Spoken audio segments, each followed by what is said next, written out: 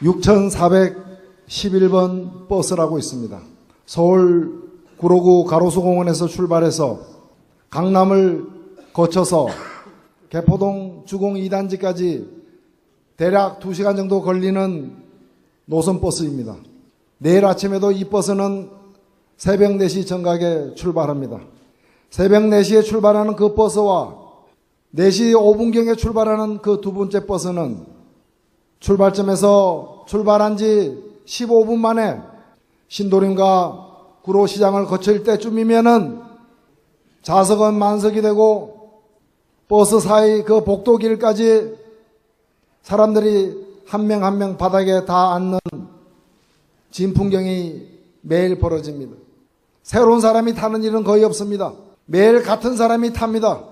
그래서 시내버스인데도 마치 고정석이 있는 것처럼 어느 중류소에서 누가 타고 강남 어느 중류소에서 누가 내린지 모두가 알고 있는 매우 특이한 버스입니다.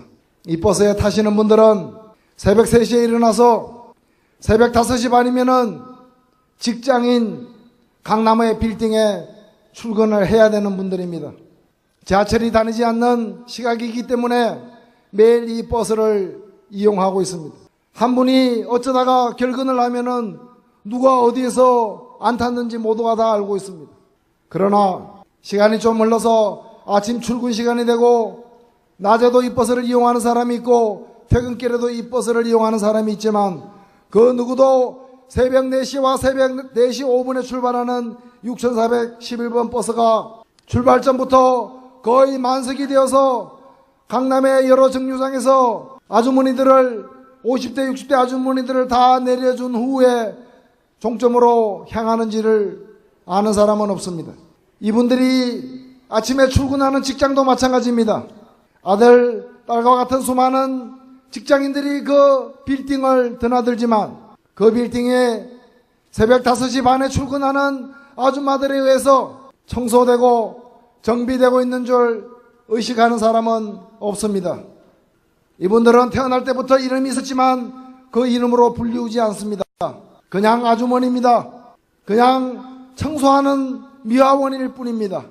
한 달에 85만 원 받는 이분들이야말로 투명인간입니다. 존재하되 그 존재를 우리가 느끼지 못하고 함께 살아가는 분들입니다. 지금 현대자동차 고압선 철탑 위에 올라가 있는 비정규직 노동자들도 마찬가지입니다. 23명씩 죽어나간 쌍용자동차 노동자들도 마찬가지입니다. 저 용산에서 지금은 몇 년째 허벌판으로 방치되고 있는 저 남일당 그 건물에서 사라져간 그 5명들도 역시 마찬가지 투명인간입니다. 저는 스스로에게 묻습니다. 이들은 9시 뉴스도 보지 못하고 일찍 잠자리에 들어야 하는 분들입니다.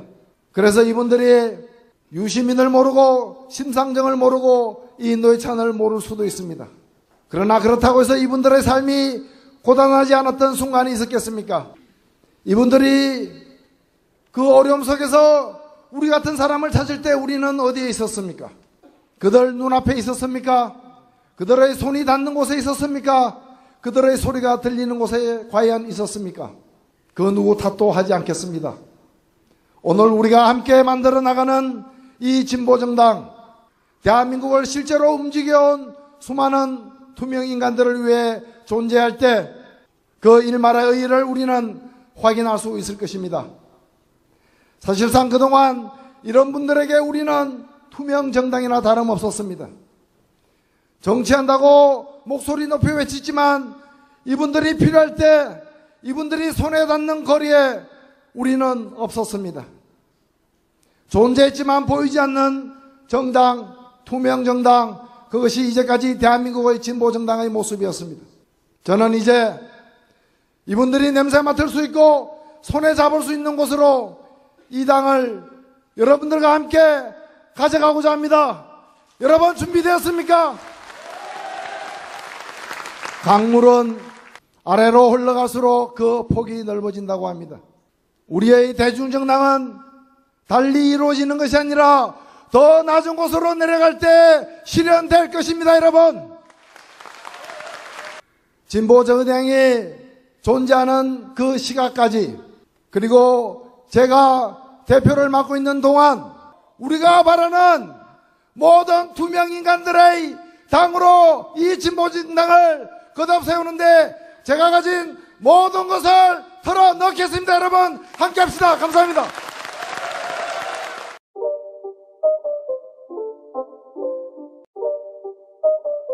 저와 정의당은 사회의 모든 분야에서 정의가 실종된 것이 오늘 우리가 맡고 있는 위기의 근본 원인이라고 판단합니다.